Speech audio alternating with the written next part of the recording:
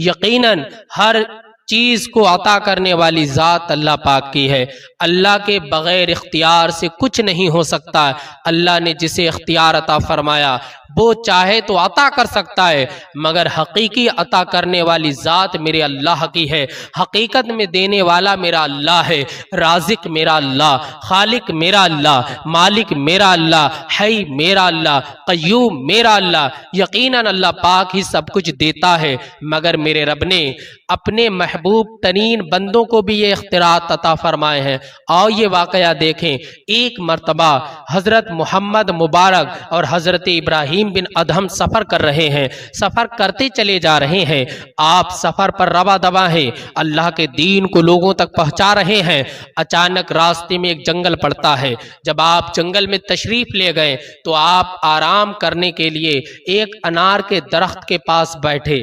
انار کے درخت کے پاس جب آپ بیٹھے تو انار کے درخت نے جب ان بزرگوں کو دیکھا تو انار کا درخت فریاد کرنے لگا، اے بزرگان دین، میرا بھی پھل کھاتے جاؤ اور مجھے بھی فیض عطا کرتے جاؤ۔ اللہ اکبر! نہ تو اس پہ نماز ہے، نہ تو روزے ہیں، نہ تو حج و زکوٰۃ ہے، نہ ثواب اور گناہ کا یہ مستحق ہے پیڑ، مگر دیکھو انار کا درخت کہہ رہا ہے بزرگوں ہمیں فیض دے کر کے چلے جاؤ۔ اللہ اکبر! حضرت ابراہیم بن ادہم جب اس کی بات کو سنتے ہیں تو آپ نے اس کے درخت سے ایک انار توڑا اور آپ انار تناول فرمانے لگے۔ جب آپ انار تناول فرما چکے دونوں حضرات سیر ہو گئے، شکم سیر ہو گئے۔ اب یہ لوگ دونوں وہاں سے چلنے کا ارادہ کیا۔ اللہ اکبر! دوسری جگہ جا کر کے آپ سفر میں دین کی تبلیغ کرنے لگے۔ جب آپ لوٹ کر کے کئی سال بعد جب وہیں پر آئے، اس درخت کو دیکھا تو درخت بڑا طاقتور تھا، درخت بڑا توانا تھا،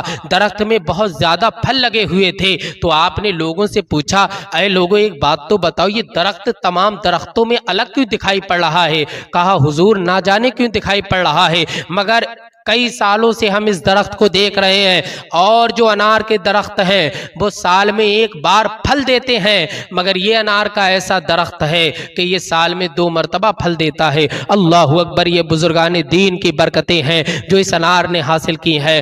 سال میں 2 مرتبہ پھل دے رہا اور پھل بھی بہت زیادہ میٹھا ہے۔ یہ حضرت ابراہیم بن ادہم کے ہاتھوں کی برکت ہے، یہ حضرت محمد مبارک کے ہاتھوں کی برکت ہے کہ بزرگان دین سے جب اس درخت نے مدد چاہی، فیض چاہا، تو انہوں نے اسے بھی عطا فرمایا۔ اور یہ تمام پیڑوں میں سب سے نمایاں اس کا صورت دکھائی پڑنے لگی ہے۔ یہ کیا بات ہے؟ یہ بزرگان دین کی برکتیں ہیں۔ اللہ اکبر! تو بزرگان دین سے ہمیشہ مدد مانگو۔ جب صابر پاک کی بارگاہ میں جاؤ تو مانگو کہ تاکہ وہ اللہ سے دعا کرے، میرے مولا یہ تیرا گناہگار بندہ آیا ہے، تو اس کی توبہ کو قبول فرما، تو اس کی دعاؤں کو قبول فرما۔ غریب نواز کی بارگاہ میں مانگو، جا کر کے 11ویں شریف کا مہینہ آ رہا ہے، غوث اعظم سے مانگو، اور غوث اعظم فرماتے میرے مریدو غم مت کرو، انشاءاللہ میں تمہاری مدد کروں گا۔ تو آپ دیکھیں بزرگان دین ہماری مدد کرتے ہیں۔ کبھی بزرگوں کی بارگاہ میں توہین مت کرنا، ورنہ تمہاری دنیا بھی برباد ہو جائے گی اور تمہاری آخرت بھی برباد ہو جائے گی۔ آخرت کو برباد ہوتے وقت نہیں لگتا ہے، دنیا کو برباد ہوتے وقت نہیں لگتا ہے۔ میں نے کیسے کیسے لوگ دیکھے جو دنیا میں رہتے تھے، شان و شوکت ان کے ساتھ تھی، دولت ان کے ساتھ تھی، انسانی طاقت ان کے ساتھ تھی، لوگوں کا ہجوم رہتا تھا، مگر بزرگان دین کی توہین نے انہیں کہیں کا نہیں رکھا، برباد ہو گئے، تباہ ہو گئے ہیں۔ لیکن جو بزرگان دین سے مدد چاہتے ہیں، استعانت چاہتے ہیں، ان کی بارگاہ میں جا کر کے اپنے دل کو جھکاتے ہیں اور ان کی چوکھٹ کی مٹی کو اپنے ماتھے پر لگاتے ہیں، تو اللہ پاک اپنے بزرگ، اپنے محبوب ترین بندوں کی محبت کے صدقے میں اس بندے کے دامن مراد کو پر فرما دیتا ہے۔ پھر وہ جاتا ہے غریب بن کر کے مگر امیر بن کر کے لوٹتا ہے، وہ بے اولاد ہوتا ہے صاحب اولاد ہو جاتا ہے۔ حقیقت میں دینے والی ذات اللہ پاک کی ہے، بزرگوں سے فیض لینا چاہیے۔